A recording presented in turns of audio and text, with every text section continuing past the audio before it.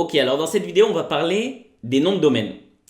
Ce qui permet d'identifier un ordinateur sur le web, c'est son adresse IP. C'est quoi l'adresse IP? Vous vous rappelez, quand vous avez reçu le mail de confirmation, vous avez vu partout revenir ce numéro 85 236 157 21.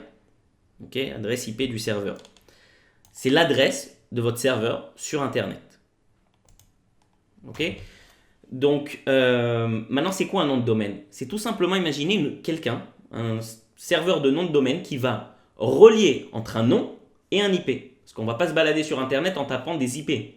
Non, donc il y a ce qu'on appelle des serveurs de nom de domaine qui vont faire cette relation entre un certain nom et un IP. Il y aura écrit, si vous avez acheté un nom de domaine, mon nom de domaine, sur ce serveur, il y aura écrit mon nom de domaine, il va vers le 85 236 157 21.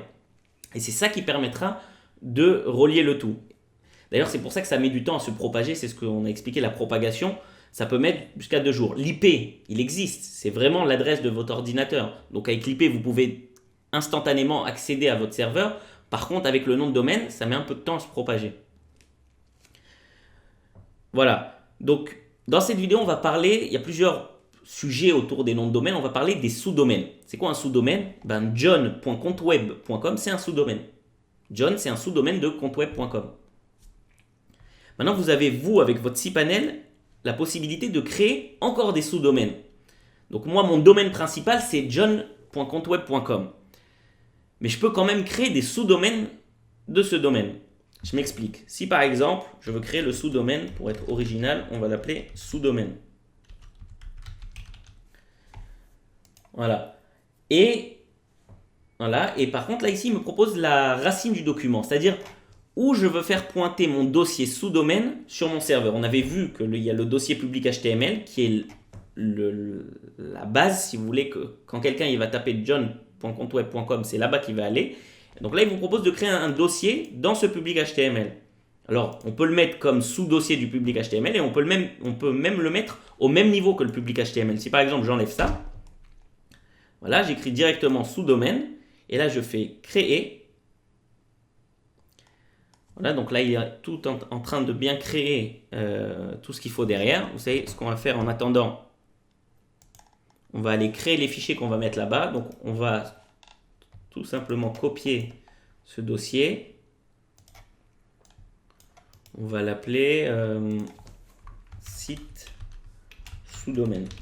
D'accord, comme ça, on va bien les reconnaître. Et l'index.html qu'il y a dans... On va l'ouvrir avec brackets. Et on va juste changer ce texte-là. Donc, mon site est en ligne maintenant sur sous-domaine .john.compteweb.com. On enregistre. On ferme.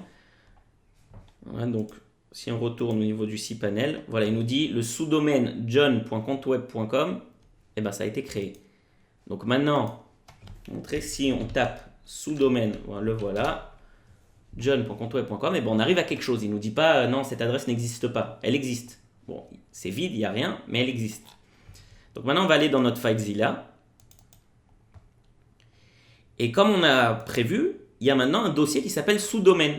Okay, il est au même niveau que public HTML. Il aurait très bien pu être dans public HTML. Ça, maintenant, c'est comme vous, ça vous arrange.